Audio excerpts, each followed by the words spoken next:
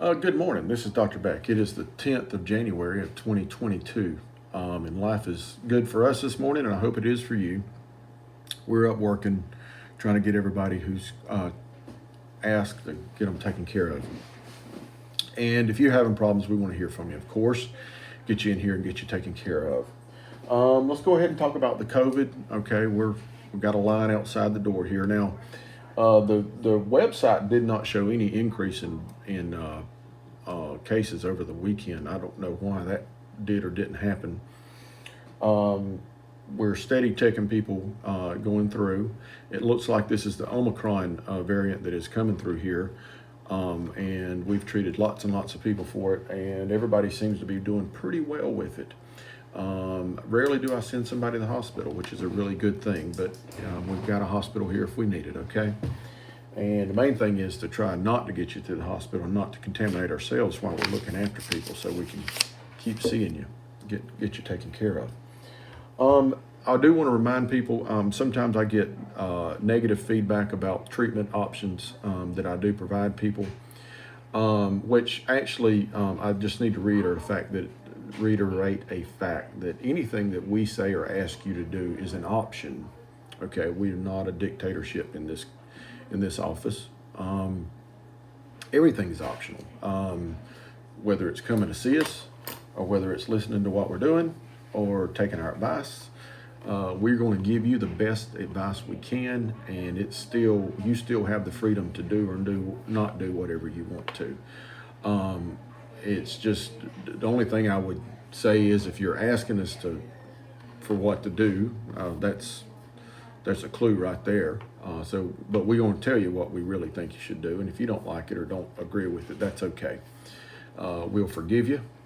We respect everybody's autonomy and their freedom of choice, and it's never going to change for me on that. Okay, I do.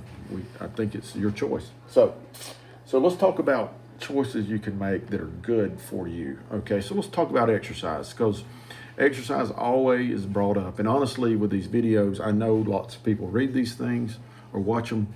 So I want to give you some valuable information, or make sure I give you some valuable information every day, not just doing the homework stuff, the nuts and bolts here. I want to talk about something that might help you.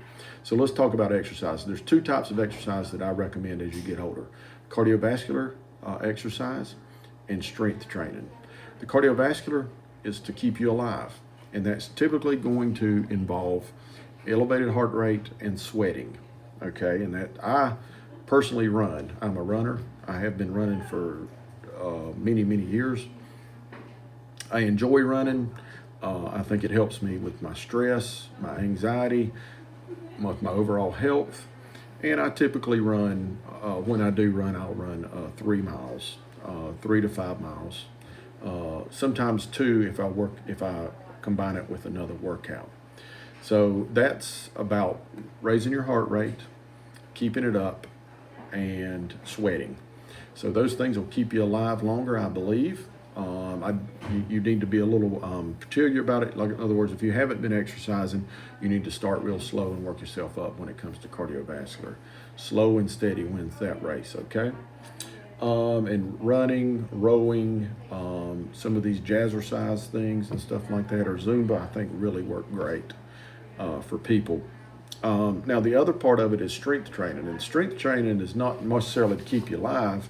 However, I do think it does benefit your longevity, mainly because you continue to be able to move around, and that's what I want the strength training to be about, is keeping people's agility, the ability to get up and do what you want to do.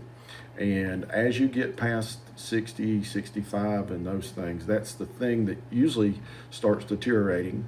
Okay, your ability to get up and do what you want to do. For most people, not all people, and some people swing right through life and never have any problems, but most people need to do that. So that's what I do. And I started early in my 40s, doing lots of strength training or on a continuous basis, okay, to help me. It helps with getting around. It also helps with pain. A lot of people don't realize this. When you're strengthening the muscles around your joints, you have less joint pain. When you strengthen the muscles in your abdomen, you have less back pain. and stuff like that. So keeping your body conditioned and keeping your body conditioned. What I recommend is you work on symmetry, up, down, left, right, front, and back, keeping everything just kind of balanced out a little bit so you can continue to get up and move and do what you need to do. With that always is stretching. I'm terrible at stretching. I'll go ahead and admit it. But it also helps with your agility as you get older. So anyway, start exercising, start slow, don't get in a big hurry, and just do a little bit more every day and don't overdo it. All right, if you need us, we want to hear from you because we're going to get you seen and taken care of. We got a full house working today and everything's going smooth so far. So call us if you need us. Thank you.